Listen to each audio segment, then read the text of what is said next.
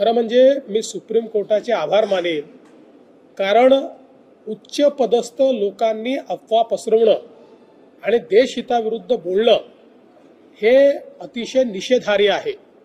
आणि ज्या प्रकारे राहुल गांधी कुठल्याही पुराव्याविना चीनने आपली भूमी बळकावली आणि भारत विरोधी म्हणजे ज्या भाषेत पाकिस्तान किंवा चीन बोलतं त्या भाषेमध्ये ते त्या ठिकाणी बोलतात, ट्विट करतात, कुठलाही पुरावा देत नाहीत आणि त्यातनं देशाची बदनामी होते। जे आमचे फोर्सेस आहेत जे इतक्या भयानक -40 डिग्री टेम्परेचरमध्ये ते आपल्या सीमेवर सीमेचं रक्षण करतात आणि तुम्ही इथे बसल्या बसल्या सांगता की सीमेची जागा गेली। त्यामुळे मला असं वाटतं की सुप्रीम कोर्टाने राहुल गांधींना योग्य सल्ला दिलेला आहे, चांगल्या प्रकारे झापलेला आहे। आता तरी राहुलजी सुधारतील आणि अशा प्रकारचं भारत विरोधी वक्तव्य देणं बंद करतील असा मला विश्वास आहे। असे की या संदर्भात नांदणीचा विषय आणि कबूतरखान्याचा विषय या दोन्ही विषयांवर मी उद्या बैठक बोलवलेली आहे।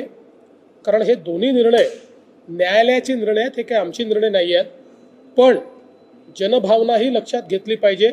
त्यामुळे यातनं काय मार्ग काढता येईल त्या संदर्भातला आमचा प्रयत्न आहे। काही अभ्यास देखील आम्ही केलेला आहे। उद्या काही प्रमुख लोकांची आम्ही चर्चा करणार आहोत आणि या दोन्ही विषयांवर कशा प्रकारे मार्ग काढता येईल आमचा प्रयत्न